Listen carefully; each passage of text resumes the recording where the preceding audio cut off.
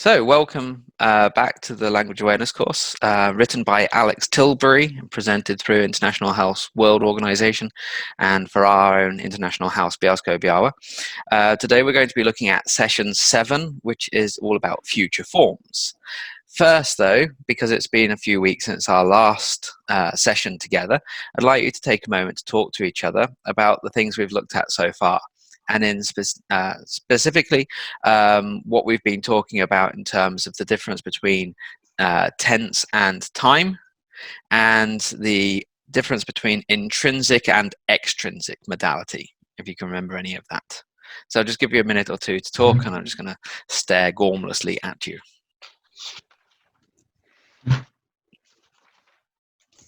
Okay, so tense and time. The difference between, say, the actual tense being like the form of certain verbs, and we talked about the difference between past and non-past, or past and future, and then the time is just the sort of what it's referencing, like whether it's referencing past or present or all time or future. Must pay attention to the context to make sure that we can determine what the time and tense is, depending on the context. Marjorie, would you like to tell us a bit about modality and this difference between, am I getting the words right? It is intrinsic and extrinsic, isn't it? I always get these confused. Yeah. So intrinsic is whatever refers to personal will, isn't it? The provision, bunch of other things. And extrinsic is related to external conditions, like possibility. Am I getting this right? Does anyone have anything to disagree with? Yes, I agree. Intention. Intrinsic is all about intention, personal choices, willingness to do things, ability to do something. Whereas extrinsic, like Marjorie said, it's all about something outside of you. So things that can be certain, uncertain, impossible, or possible. So. Very good. Okay. So, we're going to be looking at future forms today, and to begin, or to get the show on the road, I'm sending each of you a private document that I'd like you to take a look at. Don't tell anybody else what's in the document, but have a look and see if you can open it. And whilst you're doing that, I'm going to admit Michael to the session. So here is Michael. Hello, Michael. So, Marjorie, were you able to receive the PDF that I've just sent you? Yes. Yeah. Alex? Yes, I can see it. The only thing is that because of my laptop, I can't see both you and the document at the same time. So. That's okay. I'm not as interesting as the document. Maisie, did you get the document? Yeah, got it. Yep. Wonderful. So, Michael, I'm going to send a document to you via PDF. And I think, or are you on the phone or tablet? I'm on tablet, but I can read it on my phone. Aha. Okay. So, unfortunately, I can't send documents to you. So what I'm going to do just for a moment is I'm going to pop you and Maisie and Ryan into a breakout room. You're going to share the same task, and I'll give Maisie and Ryan a moment to tell you what you have to do. Okay? Okay, thanks. So let me see. Michael and Maisie. There we go. Okay, so you should have received. Good. Okay.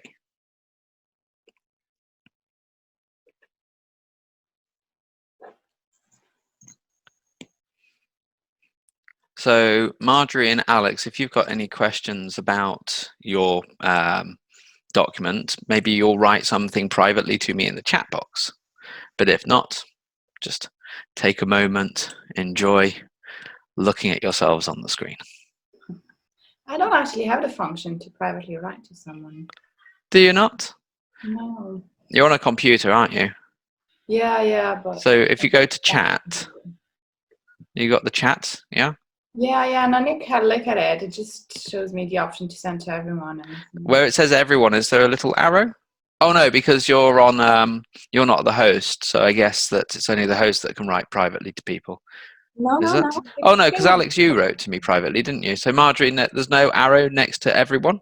No. No, that is bizarre. And it's the same thing when I'm the host, actually, as well. It's that's- something on my computer. It just... Oh. Okay, I'll be right back. I'm just going to go and see how Maisie and Michael are getting on. Yeah. Is that okay? Mm-hmm. So Yep. it's going to be fast writing, really. More or less, yes. Yeah, you don't need to get too much detail, but just a general idea of the sort of things that you've got 3 of you listening out for stuff. So Michael, you're clear on the instructions? Yeah, so noting down any references to the future. Yeah. So you're going to listen to a telephone conversation between the other 2, and they're discussing details of their forthcoming holiday to France. A will be the one asking questions, and B will try to answer them. And we're going to look for this language that is used to refer to the future. Okay. Yeah, wonderful. Okay, so if you're happy with that, let's see how easy it is for you to leave the breakout room and go back to the main one. Hopefully it'll give you the option. So we are back. Hello, Chris, again. Hello. The others should be joining us shortly. I don't have my notebook out. Right. Okay, so just remind me, who has card A? I do. You Alex. do. Okay, so Alex, tell us, what do you have to do?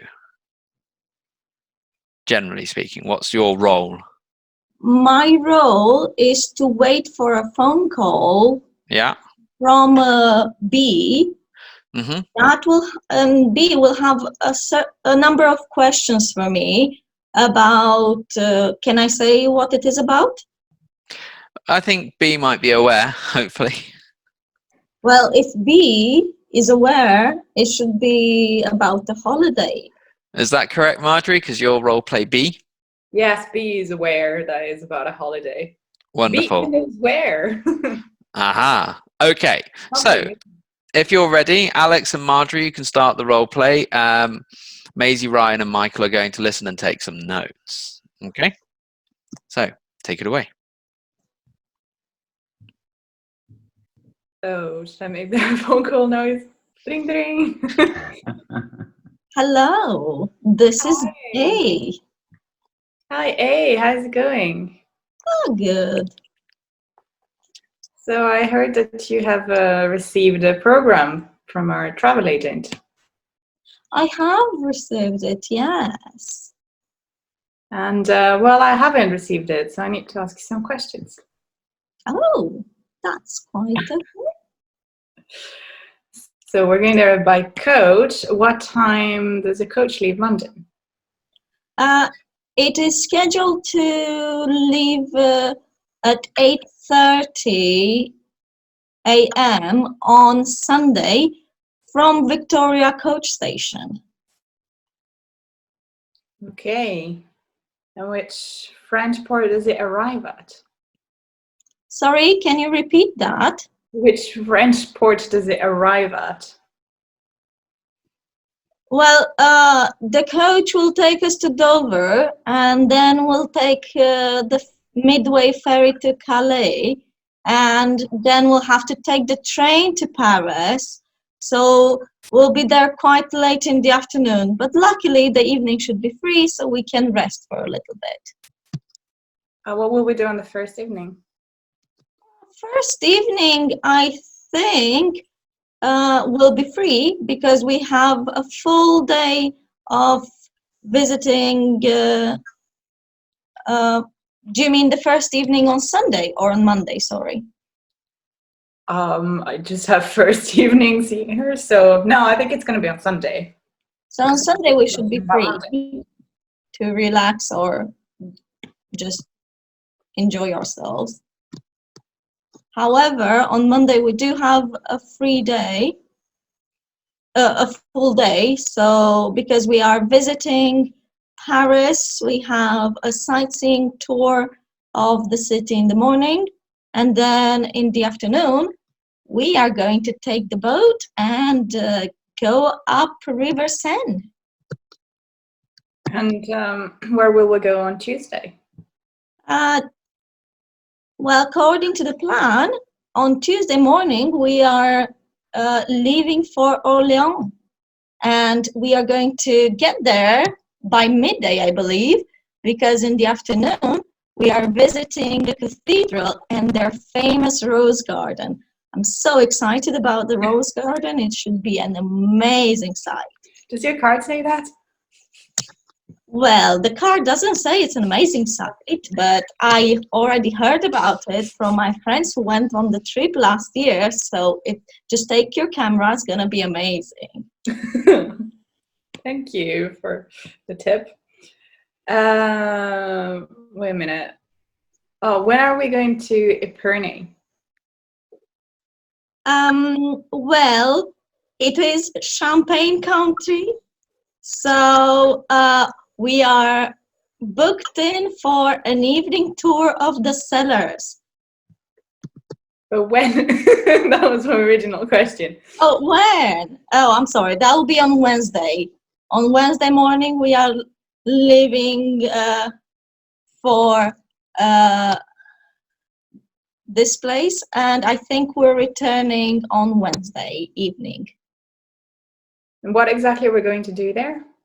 Visit the champagne cellars. Oh yeah, I should have listened the first time, sorry. What time? Oh no, wait, where are we staying during the trip? It will be in different hotels, 2- and 3-star hotels, and we don't have lunches in the hotels, so we need to make sure we bring enough money to buy our own lunches during the day. Okay. Okay, so unfortunately you're now going through a tunnel and you get cut off. So that's the end of that little telephone conversation. Tricky. But well done. Congratulations. I think a little round of applause is well deserved, or even a Zoom round of applause like that. Okay, so Michael, Maisie and Ryan, you've been making notes, but Alex and Marjorie don't know what you were making notes about. They could probably guess, but can you tell us now? Any references to the future? So Michael, could you give us a couple of examples of things that you heard that refer to the future? Plans like we're going by coach. The coach will take us to Dover. The evening should be free. Maisie and Ryan? You need to unmute your microphone so you can tell us. I didn't hear what Michael said, but can you repeat that, Michael? Sorry, so we don't say the same one. Yeah, so we're going by coach. The coach will take us to Dover, and the evening should be free. Other ones, we have a tour booked. We are going to take, where will we go? How are we going to get there? It's going to be amazing. I think, Alex, you also said something about we arrive at a particular time, yeah? Okay, so well done, everybody. We made some pretty good notes. So let's reflect on that little role play. What do you think the learning objective was of this role play? Just think about the future tense. When we use what, and the fact that we don't necessarily always use the will. Michael? And how we can use the present continuous to refer to future events, so that the tense that we use is not necessarily, it's not exclusive to one particular time.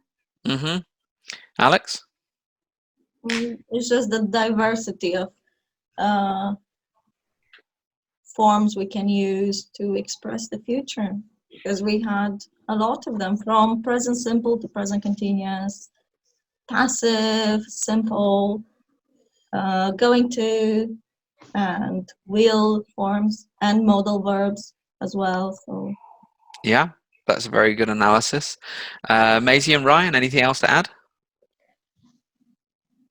I think just to hear a naturally spoken English conversation about the future, just to see how we use it naturally without thinking about it and without reading from a course book or just what we should be using, just what we actually do use, more descriptive than prescriptive.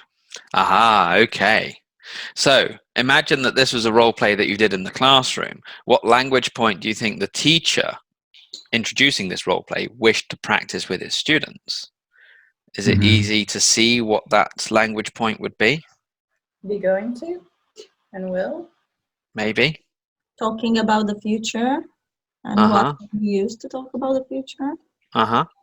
So think about the usual progression of stages in a lesson, where you have present, maybe, then you do some sort of practice, maybe restricted and then freer practice.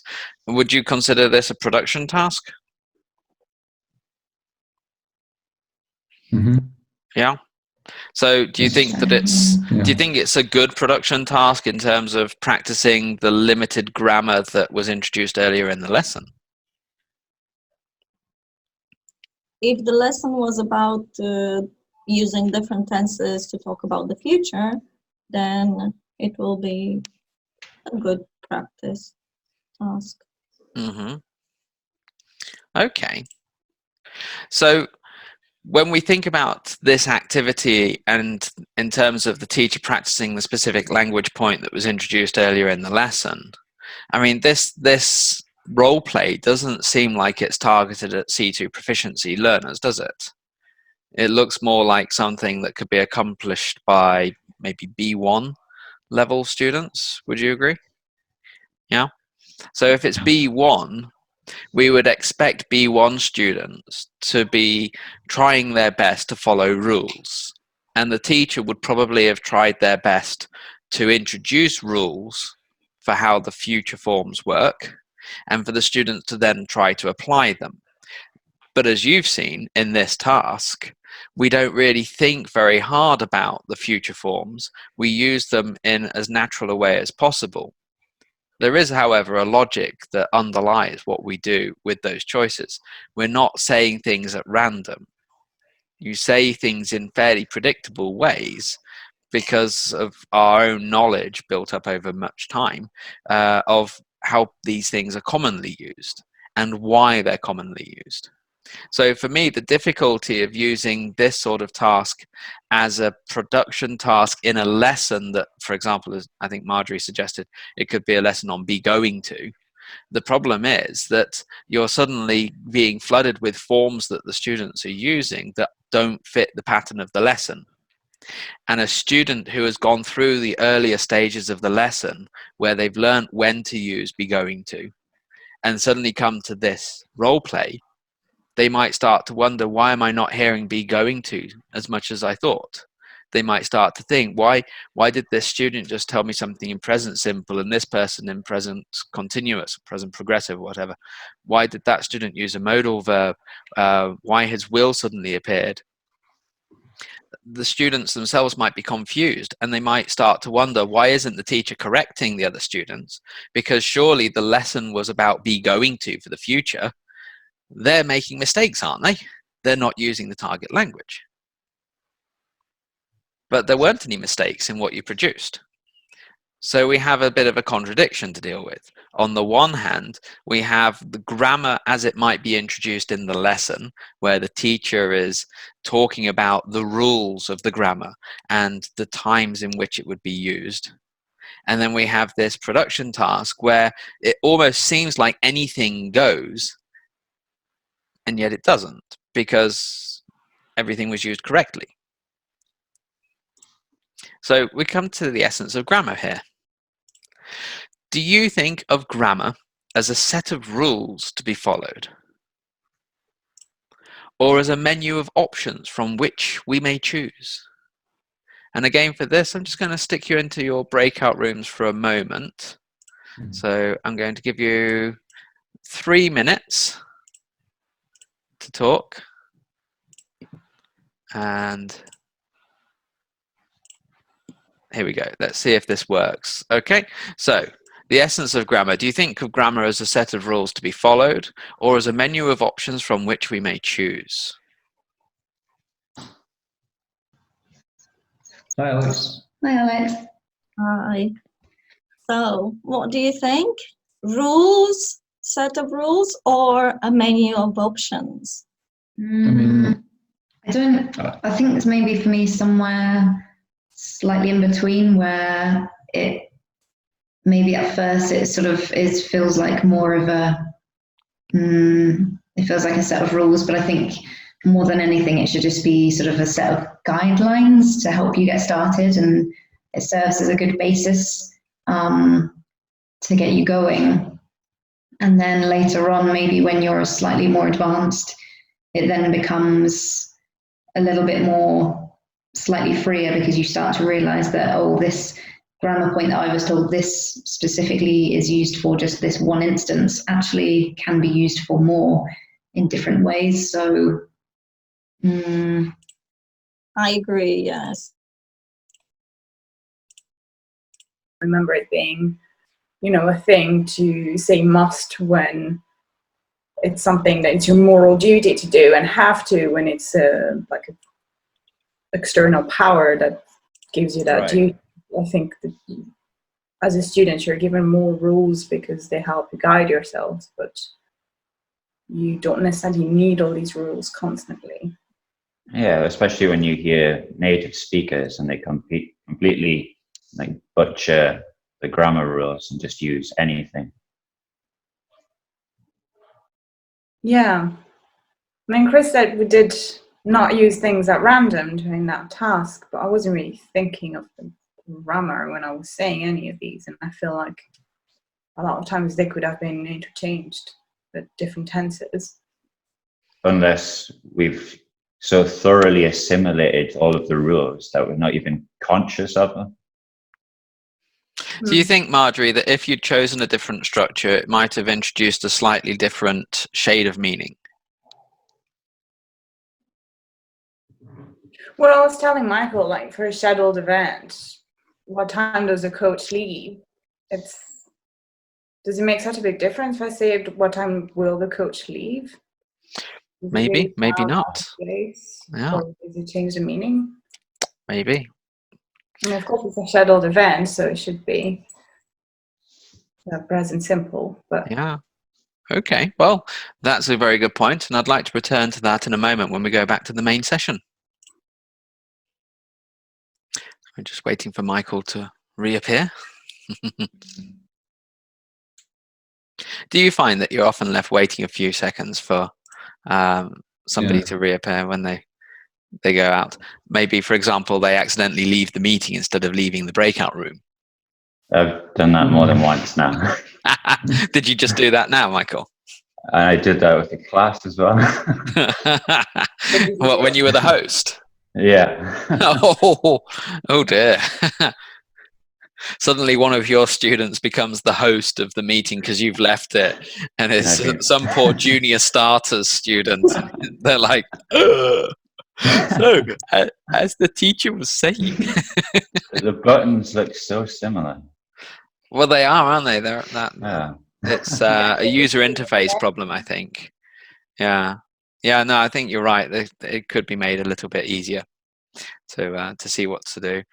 Marjorie raised an interesting point. I think that was echoed in both of the breakout rooms, and we'll look at in a minute. But essentially, what Marjorie was saying was that she wasn't thinking so much about the grammar choices as she went along, and she wondered if maybe a lot of what was said could have been interchangeable. And if it was interchangeable, how would that have affected the meaning? Would it have affected the meaning in any significant way? And we're going to look at that sort of thing now. So first of all, we could treat grammar as fact. For example, timetable future events are described using the present simple. Yeah? And we see this in course books. We see that the present simple is used for future meaning for timetabled future events. And that's how the course book might present it, certainly up to B1 level, possibly beyond that.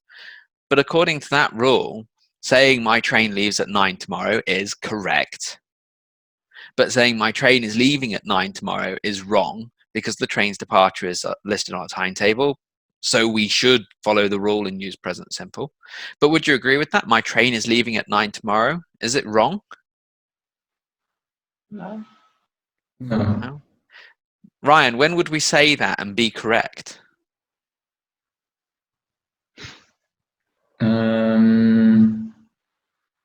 I don't really know. I can't think of a specific context, but I think that's what I would say if I was talking about, getting the train or the bus. I don't think I would use the present simple. Maybe I think it just sounds more natural to me. I can't think of an example. Yeah. Okay. Well, we'll come back to it in a second. And then a statement like this: "Tomorrow you die," is wrong because your death cannot be found on any timetable. But as an utterance, is it wrong, Michael? As an utterance, tomorrow you die. I haven't heard that recently, fortunately. But I think I'd appreciate the use of a modo just to give me some flexibility. You want? You're like the James Bond ultra villain who's very conscious of the grammar he uses. It's Blofeld with a copy of Leech and Svartvik or something. Bond. Yeah. Tomorrow you die. It's like something which is like a prophecy that is foretold. Could be. Yeah. So, about you die is quite a short event. You are dying implies it takes a very long time to die. Maybe. Oh, that's a new Bond name. It takes a very long time to die. It really rolls off the tongue, isn't it? The new James Bond film. Instead of No Time to Die, which I think is the new Bond film, it's sort of at your convenience, we'll kill you or something. Okay, so that's the idea of grammar as fact. And as we can see, we're already launching into objections. If you say that this is the rule and you have to follow this rule to talk about timetable future events, then we break this rule ourselves a lot. So if we do, our students might notice and they might start saying, "Why have you broken the rule, teacher?" But if we take grammar as being a choice, this menu of options from which to choose, then we can use present simple to refer to a future event which we perceive or choose to present as part of a timetable. And this makes all three of the options we saw on the previous slide correct. My train leaves at 9 tomorrow is correct because we're doing the whole timetable thing. My train is leaving at 9 tomorrow because we want to show that we're not making that connection between what we're saying and this timetable. Instead, maybe it's part of a dialogue where somebody says, "Oh, do you want to go for a drink tomorrow? Maybe around 9?" You say, "No, my train's leaving at 9 tomorrow."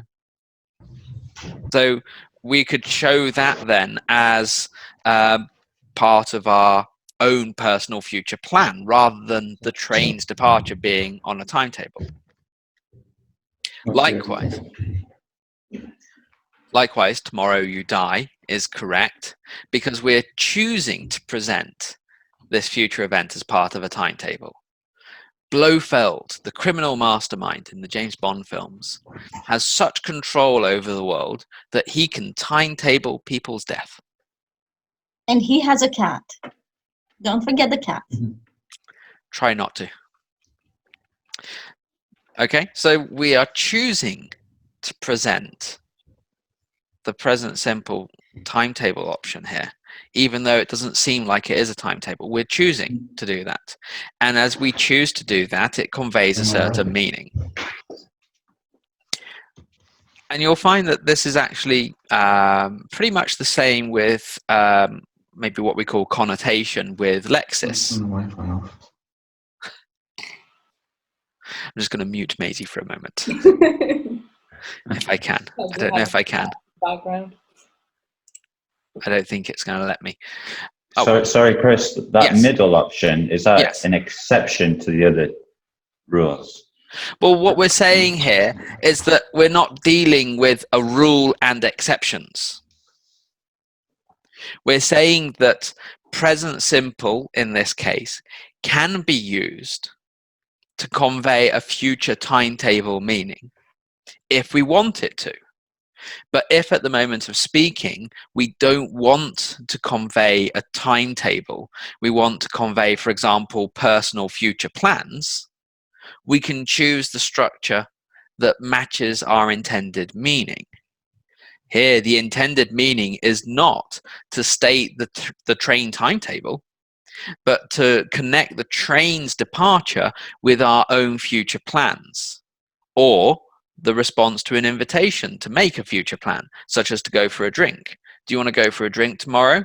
If you say, my train leaves at 9 tomorrow, you're not wrong, but it seems impersonal to say it that way because you're going with a timetable when somebody's asked you about your plans. Right, Yeah. right. So you So wouldn't...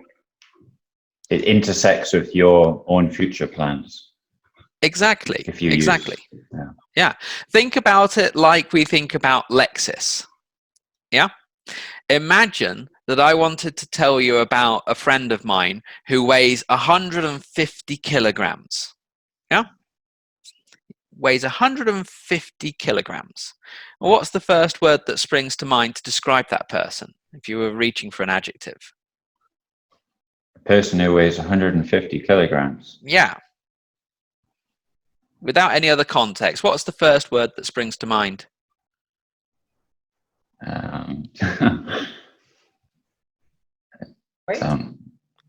Somebody said overweight, Marjorie, yeah?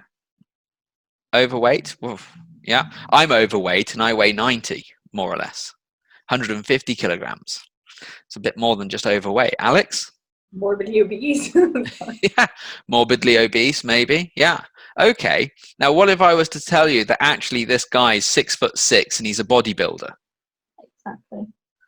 Yeah. Suddenly, I'm changing the context. I'm giving you extra information. Now, I dare you to go to my 6'6" friend who weighs 150 and say, my goodness, you look morbidly obese. What would we then say? How would we describe that person? Ryan?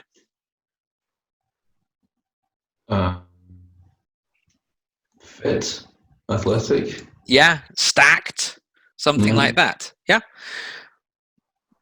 But if you had a book that broke down body type just by the weight and said, for people who weigh between this and this, we say they are of average weight. From here to here, overweight. From here to here, obese. From here to here, morbidly obese. If that was the rule that we had to present, then our students would think a bodybuilder of 6'6" height, weighing 150, is morbidly obese. And they would think that that was the rule that they had to follow. But you'd never teach it that way. You'd never say to them, yes, look at Schwarzenegger, isn't he obese? You would be like, okay, we need to look more carefully at the context. We have these words available and we can choose which ones we apply. You can have somebody who is underweight but fat. I think they call it like skinny fat, something like that. You know, somebody is like a stick figure but with a pot belly. He's still technically underweight, but you would never say to that person, wow, you look so slim. We have lexis available depending on our context, but also depending on the meaning we want to convey. Grammar essentially works the same way. We have grammar available to us as a set of choices, and we make those choices depending on the context and depending on how we want to perceive, in this case, future events, or how we want to choose to present them. So let's look at another example. I'm going to show you a dialogue, and I'd like you to mark the forms that express future meaning. So what I'll do is I'll send you the handout, but I'm also going to share it on the screen. So those of you who can't download handouts will still be able to access it. I think this is the right one, handout 1. Yep. And here it comes up on the screen. Okay, so can everyone see? Yes. Yeah, so we have this thing called a suburban crisis.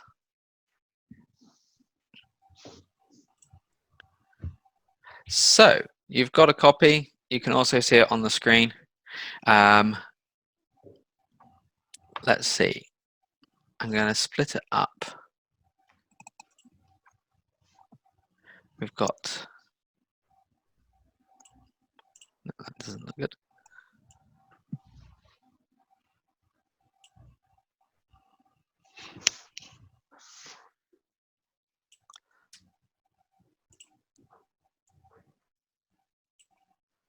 Okay, so Marjorie, could you and Alex have a look at the first 4 lines and mark the forms that are used to express future meaning? Maisie and Ryan, could you look at the yellow part, A, B, and A? And Michael, I'll give you this, the purple section just here. Okay. So use the annotate tool to underline the future forms, and then just next to it, just say what it is. So for example, we've got what time is dinner? What sort of grammar have we got here? Present simple. Present simple. We can't see it. You're writing in white. I am, yes. Yeah. So that's present simple. Yep.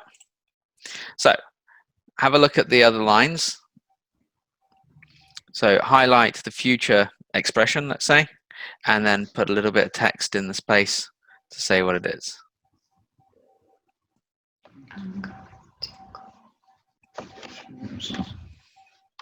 Oh, Alex, you're highlighted it way thicker than mine. Sorry, I'll undo it because it's a bit. No, it's okay. Yours is more visible.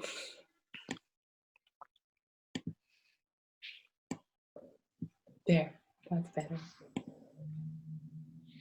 So this is Will. Yes.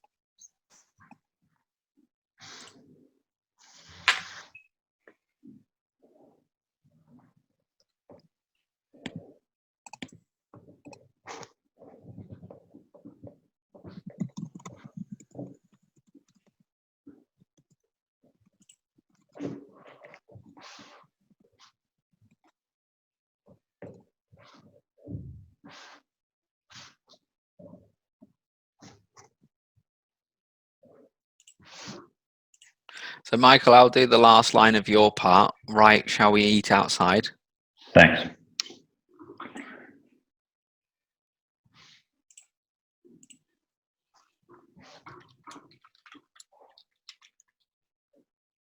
Oh no.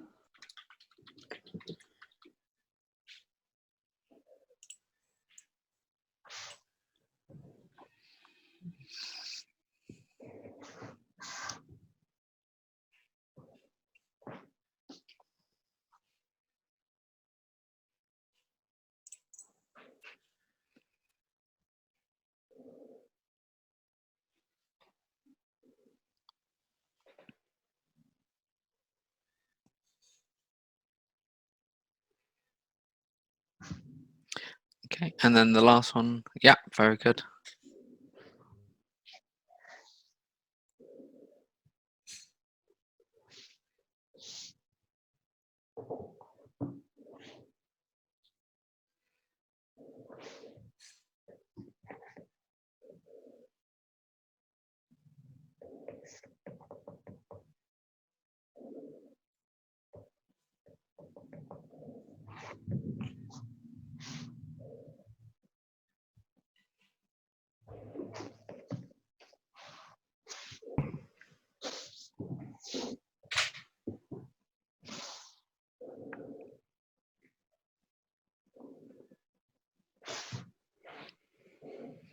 Mm-hmm. Okay.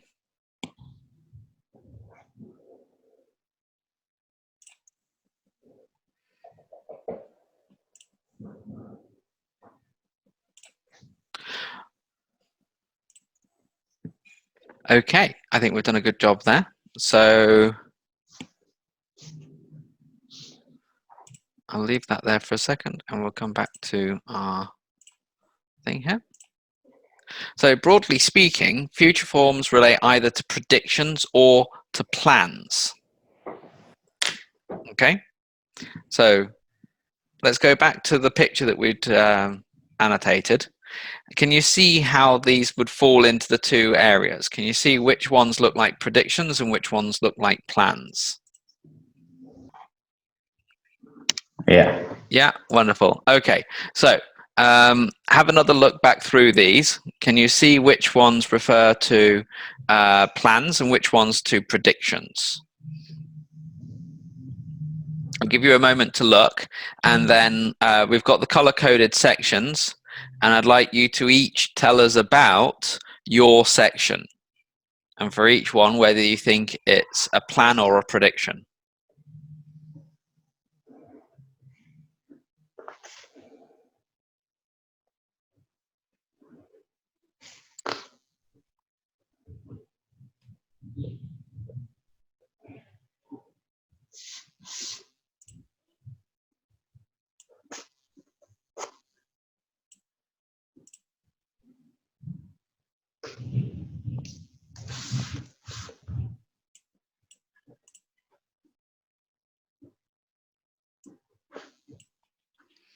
Okay, are you ready?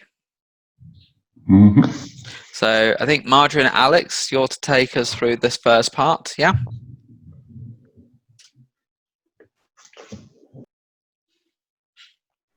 I'm not sure it's either a plan or a prediction. Some of them are just stating present facts.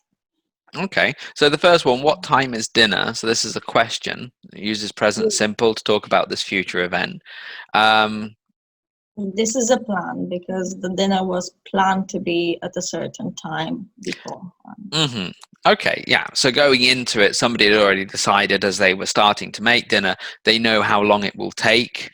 They know when it should be ready. So it becomes, in a sense, a timetabled future event, or at least a certain future event. Okay. It'll be ready at 7. Why did B say that and not it is ready at 7? Because it's more of a prediction. The speaker predicts, according to their plan, that the dinner will be ready at 7. Okay, could be a prediction. Marjorie, do you agree? Yeah, I think it's a prediction as well. Yeah. Could it be that the person plans to have it ready at 7? It can be as well, yes.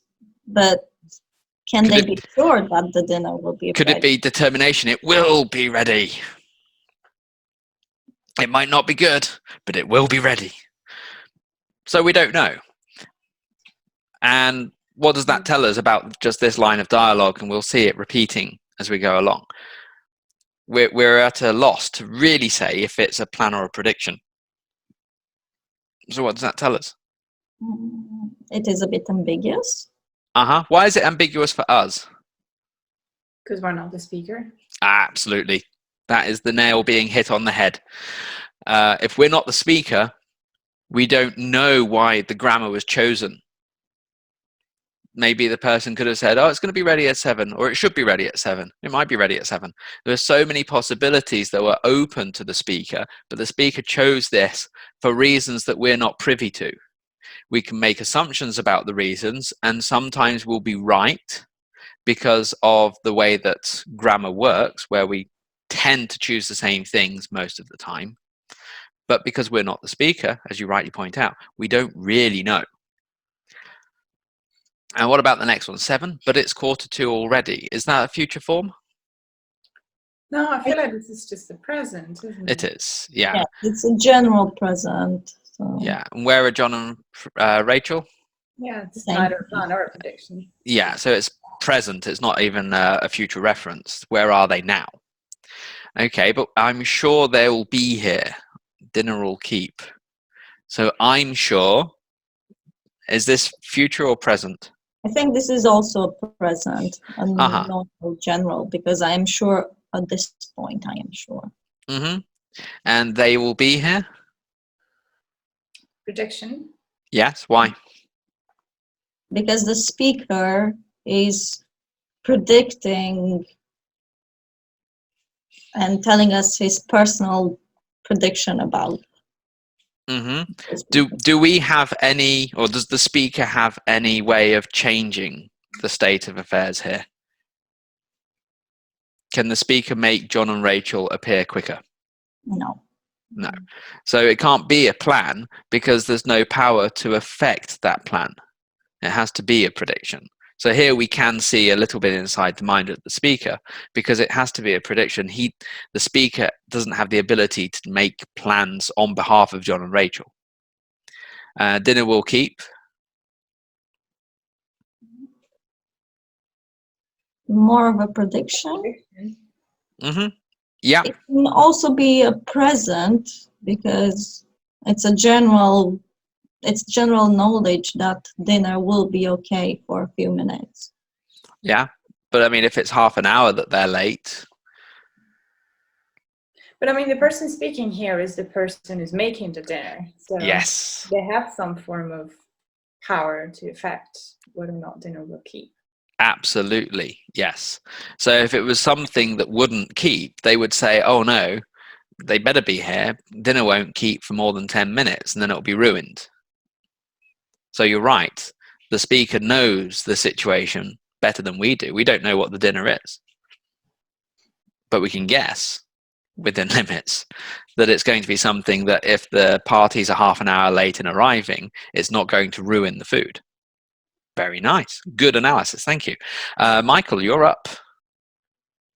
So on the back of that, I thought we're going out, and below that, I'll phone her. I thought they were both plans because this is something which will be dictated by the speaker themselves.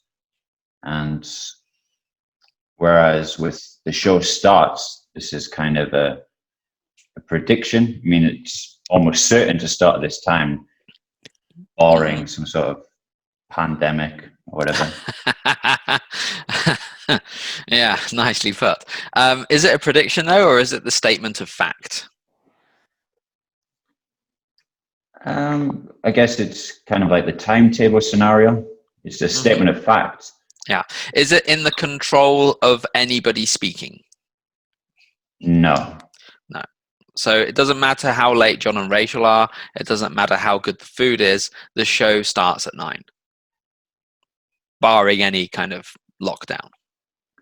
Yeah. But yeah, we're going out shows something that has been determined by the speakers. You're right. I'll phone her shows that sort of intention to do that. Good.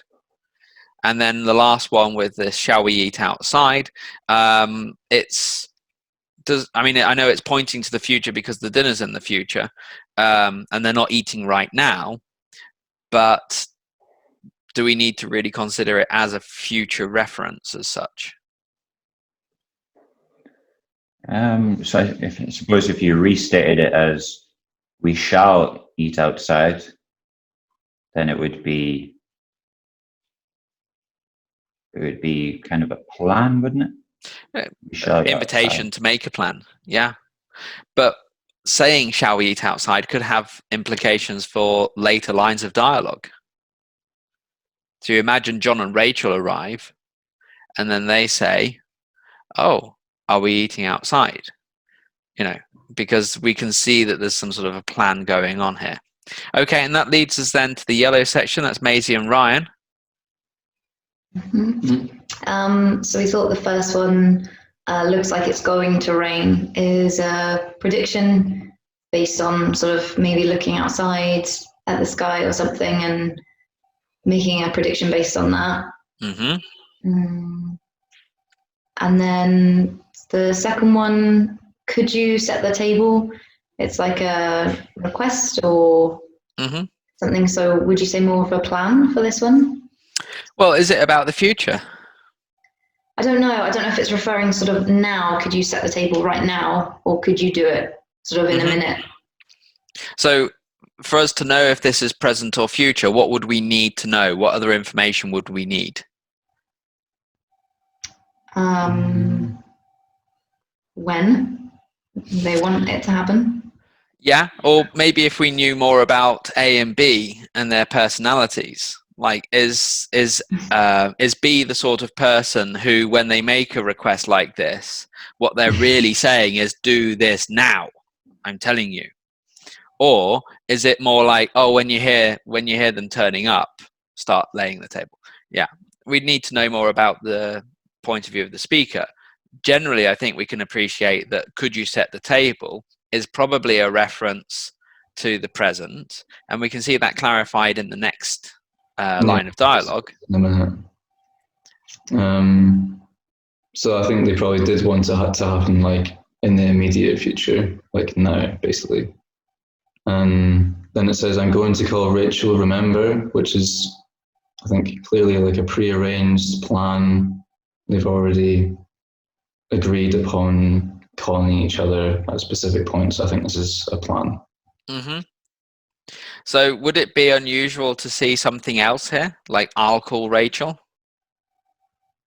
Would be fine. Would we expect it though? "I'll call Rachel"?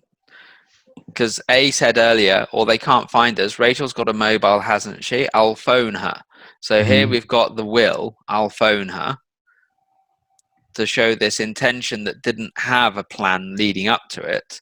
And then here, "I'm going to call Rachel, remember."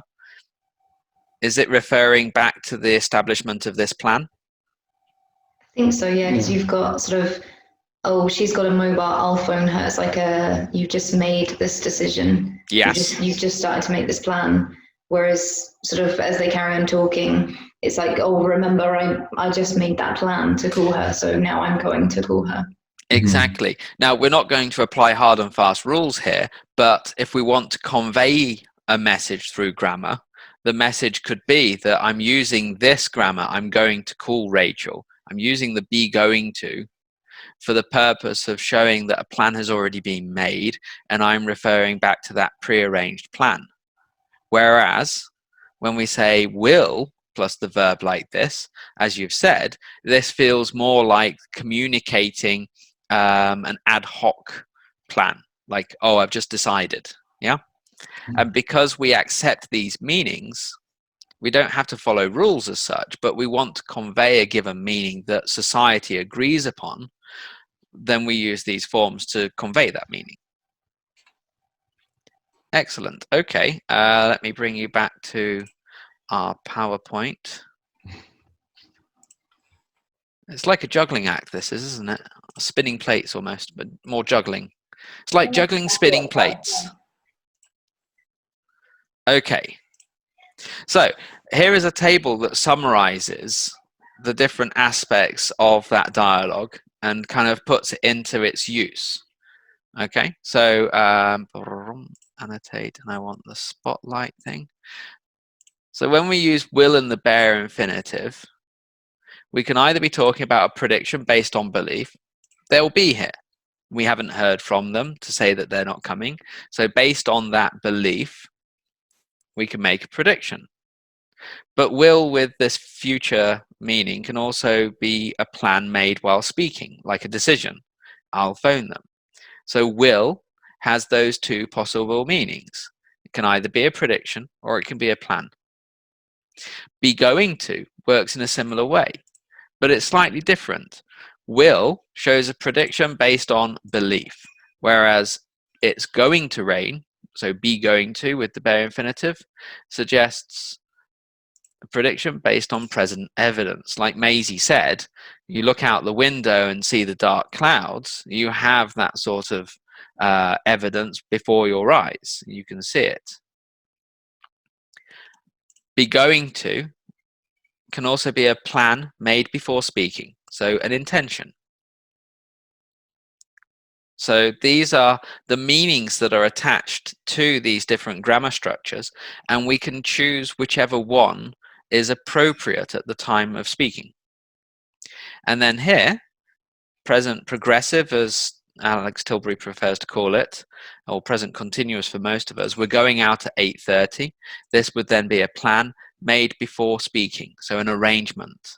We're going out at 8:30 suggests that all of this has already been discussed, and we're referring to that earlier discussion. And then present simple stands out on its own over here, and it's just a pure future fact. Like we discussed, the show starts at 9 regardless of what happens elsewhere in our dialogue. It's irrespective of that. It's simply a fact for the future. You could call it a timetabled event if you wish, but it is this future fact. Does anyone have any questions about this table? No. Just so you're aware, I will be making the PowerPoint slides available through the Google Drive folder that we'd set up. So if you want to have a closer look at any of this later, that's not a problem. I have a question, because my goal experience book, for example, says that you use the present continuous to talk about something where you have all the details ready. So, for example, here it implies that you've already got, I don't know, the tickets for whatever show. Or is that something that they just tell the teens to guideline them, or is it actually a thing? Well, what do you think? I'm not sure. It would sound like it is, according to this table, right? That the difference between going to and the present continuous in this case is just how much of it is planned. Possibly, yeah. But again, it all depends on the person speaking, and it depends how you consider or perceive your own plans, how thorough they are. Yeah. So if I said, "Oh, I'm teaching my kids later," then obviously I have thought about doing that, and I'm going to do that. Whereas if my wife comes in and says, "Yeah, could you do like a little English lesson with Susie and Matilda?" I'll be like, "Yeah, I'll do that after lunch," because I hadn't thought about it. But if I had thought about it, I could say, "Well, you know, I've got a plan, so we're having a lesson after lunch, so don't worry about it." Or I could say, "Yeah, we're going to have a lesson later." I have many options. Each of the options conveys a slightly different shade of meaning, but I'm free to choose between them, provided the meaning fits the context. One of the problems that textbook writers have is that they need to get across the core meaning to an audience that might not understand the nature of the choices to be made. And therefore, it's a convenience for them to show this as a rule rather than as a menu. But we'll see more of that as we go along. You've got a fine line, I think, between some of them, especially during tests. You say something is wrong, even though what it technically would be right if the context was appropriate. We are going to be looking at exactly that sort of thing, yes. Okay. So, be going to and present progressive. You might be wondering what the difference is between the two. So, I'm going to do this and I'm doing this with a future context, yeah? So, be going to and present progressive or the continuous are roughly interchangeable when we discuss personal plans for the future, but we need that context of the future. They're not interchangeable when making predictions. Yeah, I think that's something that when you say it, suddenly it becomes very clear. For example, saying it's going to rain and saying it's raining are completely different. In the first, we're making a prediction about the future, but in the second, we're talking about the present. You couldn't say, "Oh, it's raining tonight." That would make no sense, because it's not a plan of your own for the future, and it can't be a prediction, because for a prediction you'd need to show this going to, or use another structure. It's likely to rain, it's predicted to rain.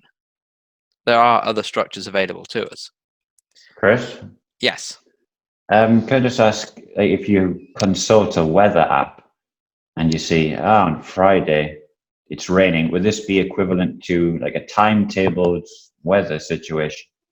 Possibly, but you have to ask yourself if you'd actually say that. Would you say, oh, it's raining on Friday?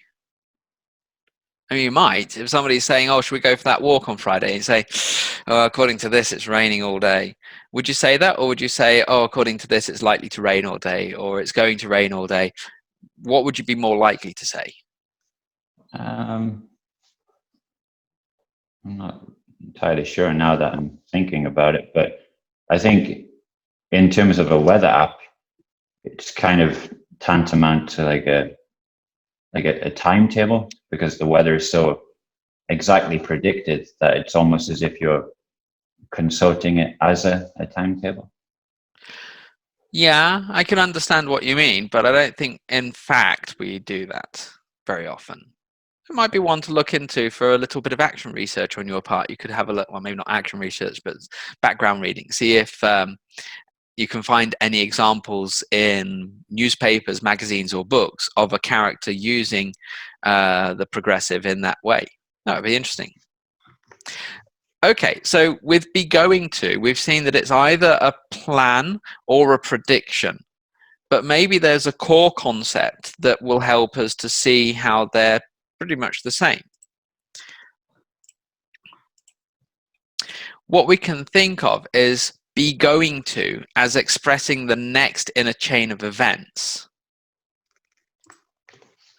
So, for example, with a prediction, something came before making the prediction. For example, before you say it's going to rain, you look out of the window and you see those dark clouds. Because you're doing that, you then have the next step. And likewise, before saying, oh, I'm going to do this later, there was the moment of making the plan. You made that plan and you're referring to it when you speak using be going to. So I've kind of gone too far. Yeah. The central meaning then of be going to is quite literally to be on the road to, or to be traveling towards. And this was how it was used originally. It was used very literally. If we think of what be going to really means, it suggests movement from one place to another. So movement from evidence to a prediction, movement from a plan to carrying out the plan. And if we think about it that way, we can simplify our treatment of this piece of language. So let's think a little bit as well about this. We've touched on this already. Why do you think the future form or future use of present simple is so often called the timetable form? I mean, it comes as second nature to many of us as teachers that we say, yes, we can use present simple to talk about timetables. So this is a future form in a way, because if your train leaves at 8 and it's not 8 now, you're talking about the future. So why do we consider it this timetable form, and is it useful to think of it that way? Well, I think partly it's convenient to refer to it this way. So a convenient shorthand, you can say it's a timetabled event, because most of the time when we use present simple for future meaning, we are expressing a timetabled event. So for our students, there is a lot of impact to that statement. By telling them that it's a timetable, they go, aha, and they get a good idea of how to use it the majority of the time. But they also carry certainty, as we saw in the dialogue that we looked at. There's no plan or prediction here at all. It's outside of that. We're dealing with a certainty. And because we're dealing with a certainty, we can use it for effect. Like it's an old football joke. Oh, you know, Sunderland lose tomorrow. It's Saturday, isn't it? Tomorrow's Saturday. Yeah, Sunderland lose tomorrow. And it's like you're so certain of it that it becomes a fact. It doesn't even need to be considered a prediction or a plan on the other team's part or anything like that. And here, this is more what we could call the playful use of language. We're using it in this way to to have an effect on the speaker, because on the audience rather. The audience will be used to present simple, future use timetables, and you're breaking that idea a little bit, and they start to see the joke in it. They go, yeah, it is pretty certain, isn't it? Yeah, of course. So we have these meanings that are attached to different forms, and we can play around with them a little bit, especially if we start to treat grammar as being a menu to choose from. Can you see this okay? It's a little bit blurred. So here's something that you might see in a course book. Which of these future forms is not acceptable? Have you spoken to Susan yet? Have a quick look, and when you're ready, I'd like you to use the annotate function and just highlight for me somehow. Maybe use a stamp this time. Use a tick or a cross. Which one? There we go, yeah. Which ones do you think are wrong?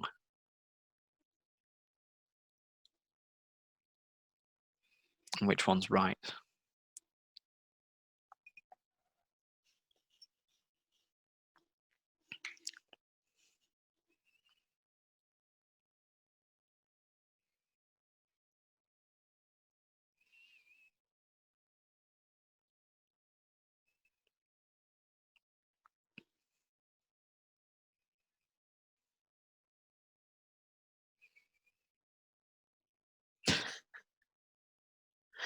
What's the big arrow for? Is that yours, Michael? Yeah. I don't know. I just experiment. Fair enough. It's a good time for it, isn't it? Okay. Right. So some of you have highlighted things that are wrong and some things that are right. Fair enough. What if I was to tell you that if we look deeper into the context, every single option is correct or acceptable? I suppose in the bottom one, if it's a regular appointment with Susan, this would make more sense. Like if she was my psychoanalyst. Have you spoken to Susan yet? No. Yeah, according to this, I meet her tomorrow. So I've got my diary and I've got it all written here. For me now, as the speaker, it has become a timetabled event, so I can use present simple this way. So we could say that it's correct. I'm going to meet her tomorrow. Everyone's agreed that's appropriate or acceptable, certainly. Yeah, so it was a plan previously determined. The same here. So what about this one? No, I'll meet her tomorrow. Give me a context where that would be correct or acceptable. Maisie and Ryan, could you try? You might have something like, or have you spoken to Susan yet? And the person goes, oh no, I haven't, I forgot to do that. And they go, oh, okay, it's fine, I'll meet her tomorrow. Instead, like, you just decide it on the spot. Very good. So we could have that decision made at the moment of speaking, or we could have the central idea of will as being like willpower. It's like maybe somebody says, have you spoken to Susan yet? And you're like, no, I'll meet her tomorrow. Okay, stop bugging me about it. So it could show that kind of determination. Again, it all depends on the wider context. And the problem that coursebook writers generally have is that they have this much space in which to give us a context. In fact, there is no context. Have you spoken to Susan yet? What don't we know here? Well, we don't know anything. We don't know who is Susan. Who is Susan? Is Susan a Karen? Is she one of these people that constantly complains and she's waiting to hear a response to her complaint? A Karen. Who's a Karen? You don't know what a Karen is? Oh, that could be extra homework then. Find out what a Karen is. Having a Markle Karen, but I don't think that's what you're referring to. It's an internet meme thing. She's the person who always wants to speak to the manager. Have you spoken to Susan yet? Who are you? Are you a business person? Are you the manager of a company? Are you an underling? Are you the gopher? We don't know any of this. And because we don't know any of it, there's a very limited amount that we can really say in terms of what is acceptable and what is not. We are limited. I think also for that top example, I'll meet her tomorrow. It's not something that we have planned to do. But for instance, we're both going to the same wedding. So it's something that is certain to happen, but we have not kind of prearranged it. It's just something which is There we go. chance. Yeah. So when we say which of these future forms is not acceptable, I don't like that question. And when your students get a bit better at language, having them answer that sort of question is not very useful, because you don't get insight into the students' reasoning. You don't know why they think so, or why they think the other ones are acceptable.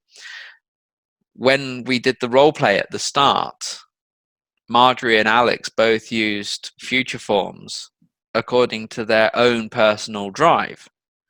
And as a teacher monitoring that role play, I wouldn't be in a position necessarily to say that they were using things appropriately or not, because maybe the student wanted to communicate their perception of the situation through the choice of language without stopping them and saying, okay, why did you choose that piece of language? I wouldn't know. And if a teacher was in that situation and said, okay, well, that's not an appropriate use, the student might be like, well, why not? Can you tell me more about it? So looking at the reasons that we make choices in the language might reveal more of the underlying thought processes. So I've got another handout for you. It'll be a quick one. I have to find it. Too many documents open. Here we are. It's a bit overwhelming sometimes. Isn't it just? With these documents. I feel like I couldn't do this on a small laptop. Right.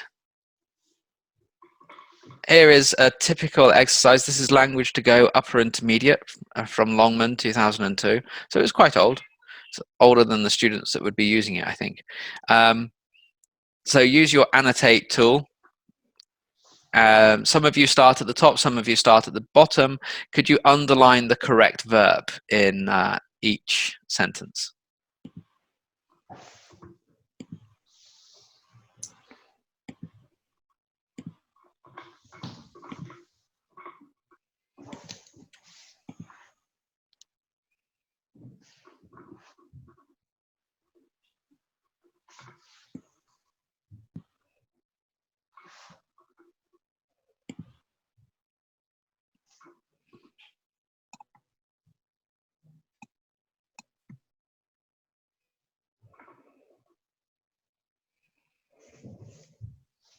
Apologies. It's not your big arrow.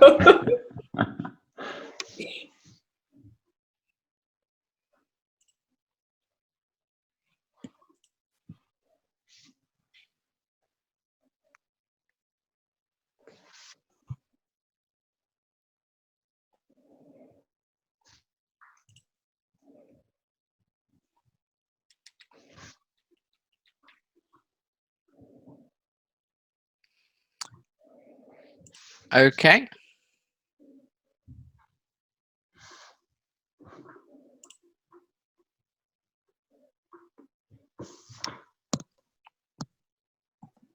Sorry.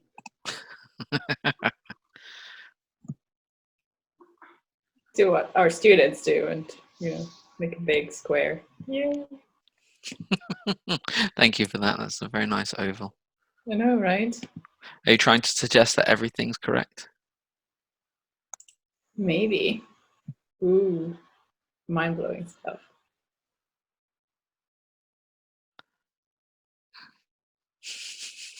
That must be Ryan. I was thinking the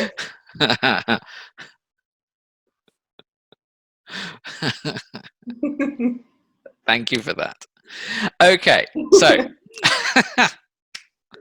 wonderful. So let's go back to the example.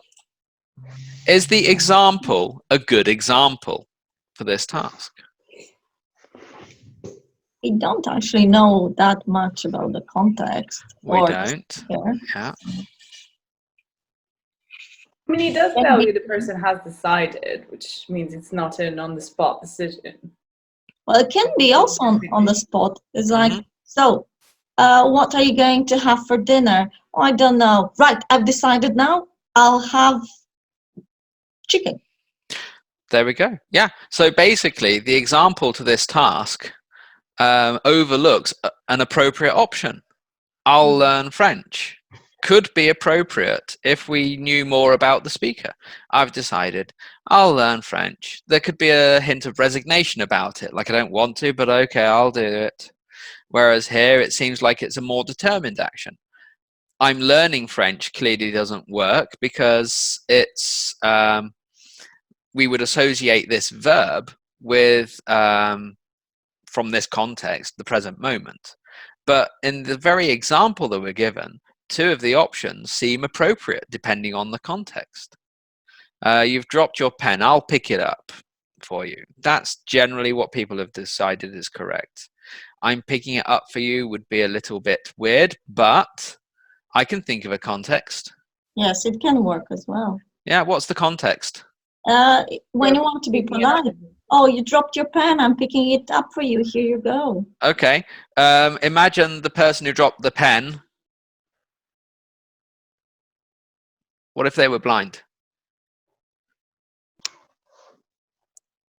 You have to narrate what you're doing because the other person is blind. We don't know. Okay, we can't expect a course book to specify that much information, but it just means that it is possible.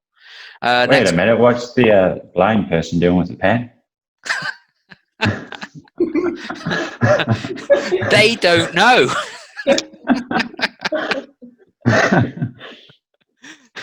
Trying to pass themselves off as a sighted person. I'm just making notes in my book and up my arm, it seems.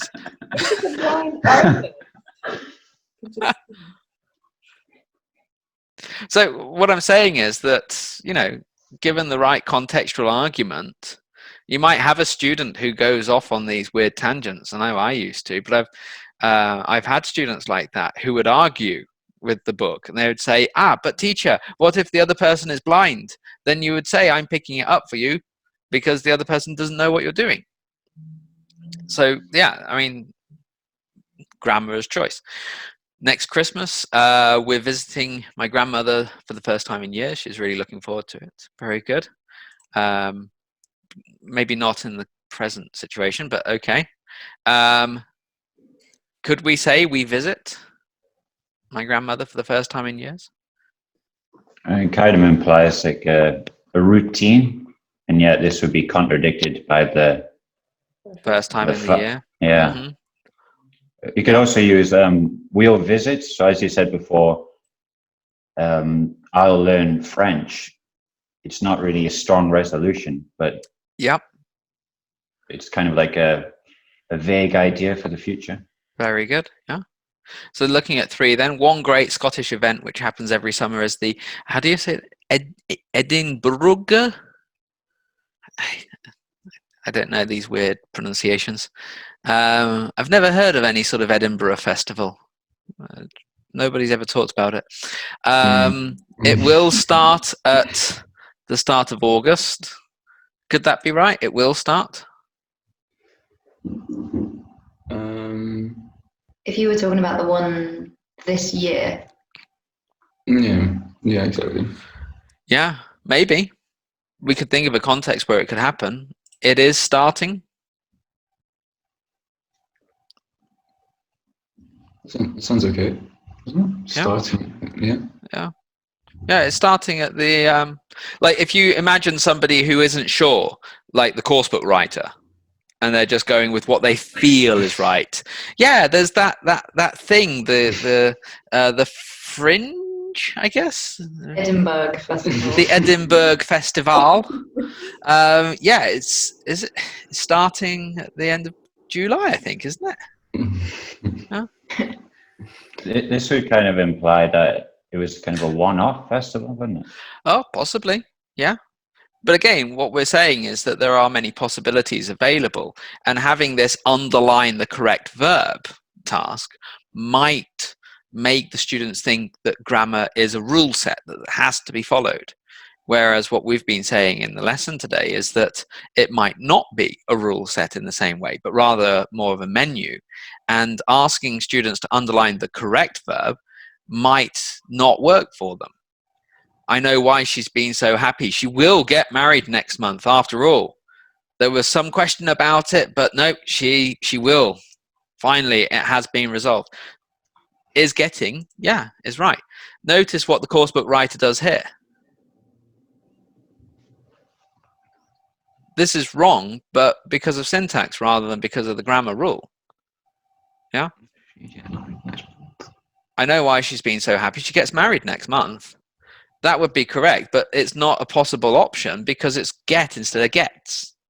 The coursebook has cheated a little bit. They want to enforce this. They want people to say is getting rather than present simple for this future certain event. So they have to cheat by making it ungrammatical in terms of its form rather than looking at the meaning. And she could say she will get married if it's kind of an arranged scenario. There we go. Yeah. Maybe this is a woman speaking to her husband. She's in tears. I will meet Jim this evening, and we're going out for a meal if you want to join us. For example, you could imagine that context. I'm meeting Jim this evening, and we're going out for a meal if you want to join us. What about this one? I meet Jim this evening. Something that happens every week, maybe. Yeah. Yeah. Could be a regular timetabled event for that person if they perceive to see it that way. And number 7, it's like poor Antonia and JJ. Look, we don't even know who JJ is really. It's really gotten desperate here. Will you be to Tanya's party? Just imagine though, if it said, will you be going to Tanya's party on Saturday? Suddenly, people would start underlining this option. But because they really want this to be seen as the right option, they kind of hamstring their audience a little bit. Okay, any questions about this before I clear the annotations? So would you say like this is a rubbish kind of practice task? I wouldn't say it, but I would strongly imply it. Yes, I just feel bad for giving stuff like that from the book, even as a test to my students, because how would you say? Okay. So yes, as a test, this would be terrible because there are too many questions that require you to know inside the person and inside their head, and we don't. So the student who takes this test could feel aggrieved at getting low marks if they've given technically appropriate answers. But what about in class? What would you do to adapt this task so that it became a little bit more appropriate? Create a context, maybe a one sentence before to create a little context. Yeah. Yeah, that would be one option. One thing I would do, I think, would be to do that. And then I would say to the students, okay, look at these. Which ones do you think would be appropriate? Which ones do you think would not be appropriate, and why? It would take longer. Huh? Justify their answers. Exactly. Yeah. Don't make it seem like one answer out of 3 is correct. Don't tell them how many answers are potentially appropriate. Get them to decide for themselves under which conditions the answers would be appropriate to see if they can understand these uses. If a student goes through and they know what's expected of them by the teacher, because this is another practice activity after the presentation of the grammar, the student will probably get everything right in terms of what's presented in the answer key. But when they go to a freer practice, or when they do a production task, or when they're just talking, you notice that they actually have a really poor understanding of future forms, because they haven't taken on board the central message. They don't really know why any of this works the way it does, and they're left adrift. They're like, oh, how do I apply those rules that my teacher gave me to this situation? And then they get stuck because they're focusing on the rules. And to come back to the very first message from the role play, you didn't think about the rules. You were thinking about what you wanted to say. And that's where we want our students to be as well.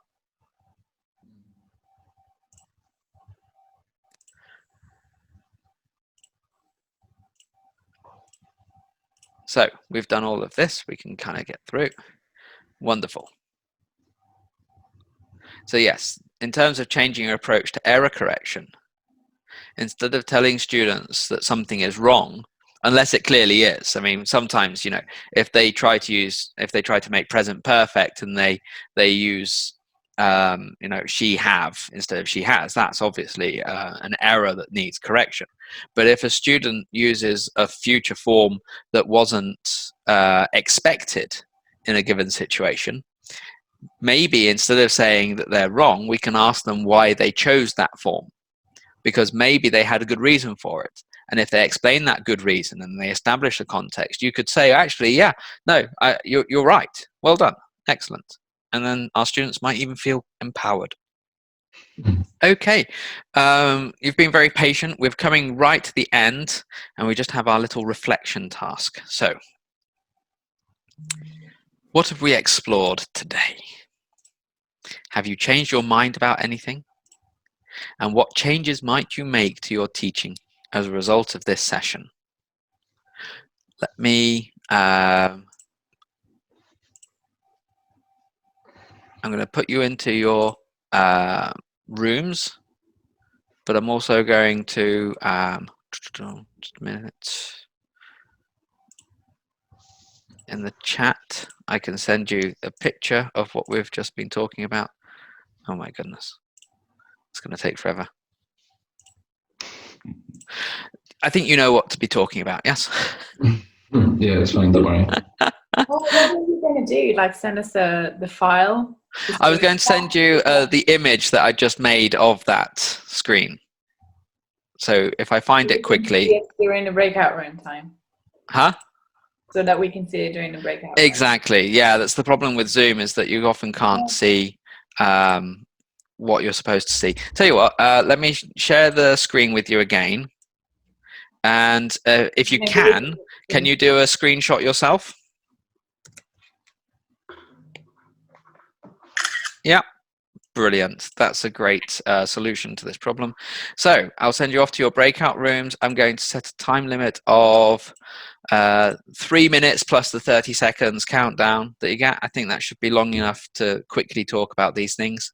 We're running a little bit over time for today, so I appreciate your patience with me. See you in a minute. To use them, and more how we use them differently depending on context. Talking about prediction and plans. And how we need a context. And sometimes the choice between prediction and plan can be quite ambiguous because we don't know how the speaker thinks. Yeah. So, has this changed any approaches for you? I think what we said just now about if a student is using one particular form in class or some sort of activity, rather than sort of noting it down as an error to look at later, just sort of ask them why they've used that form, giving the students a bit more sort of freedom to use what they like based on their sort of ideas and their knowledge and their point of view, almost, because we were doing that all the way through. Like, we were saying, oh, but what if this person is, this is the actual context, and this person thinks this is the situation. So you just don't know what others are thinking, really, I guess, when they're speaking. Like, it's not really helping students to have grammar presented in such a linear way. And then when they ask me why is it this and not that, why is it will and not going to, I can't really give them an answer, because both of them are right. Depending on the context. Yeah, and I'm just talking specifically about goal experience because I did the future tenses a while ago with my seniors, and or rather future forms. Yes, future forms. Sorry, I do apologize for. Right. Anyway. Yeah. And also, it depends entirely on the speaker themselves, their own motives. So as long as they establish the context for themselves, you'll be able to determine just how appropriate a given form is. A lot of our students really want to achieve what we might call their ideal L2 selves. They want to be the same person in English as they are in their native tongue. And in their native tongue, they will make these decisions subconsciously between different forms. So they might not appreciate their own grammar being this creative menu of choice. But if we allow them that possibility in English, then they can become more like their Polish selves, let's say, in this context. Well, and they still struggle a little bit with the difference. Mm-hmm. Okay, guys, the last thing I want to tell you about very briefly will be the homework for this session. I've shortened it considerably because I know that we're a little bit time poor these days, but I quite like this homework because it's a lot more achievable now that we're using Zoom for online teaching. What I'd like is for you to try to make a recording of yourselves in a couple of different contexts. So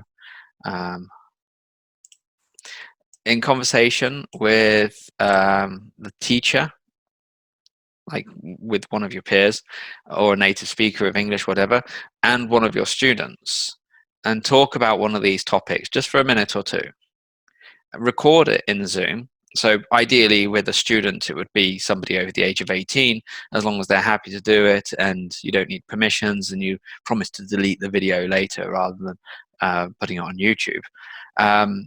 Get them to talk a little bit about this and then make a transcript of the recording so that you can identify the verb forms that refer to future use.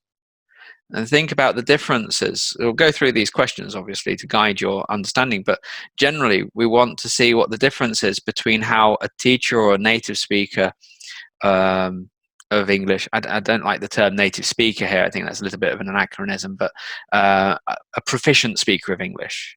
How a proficient speaker of English would differ from one of our students, especially at B1, B2 level, so that we can start thinking about how we can make our students progress from where they are to where they want to be. So that's the homework for this. As always, deadlines are very, very flexible. And there we go. Does anyone have any last thoughts to share before we finish the session today?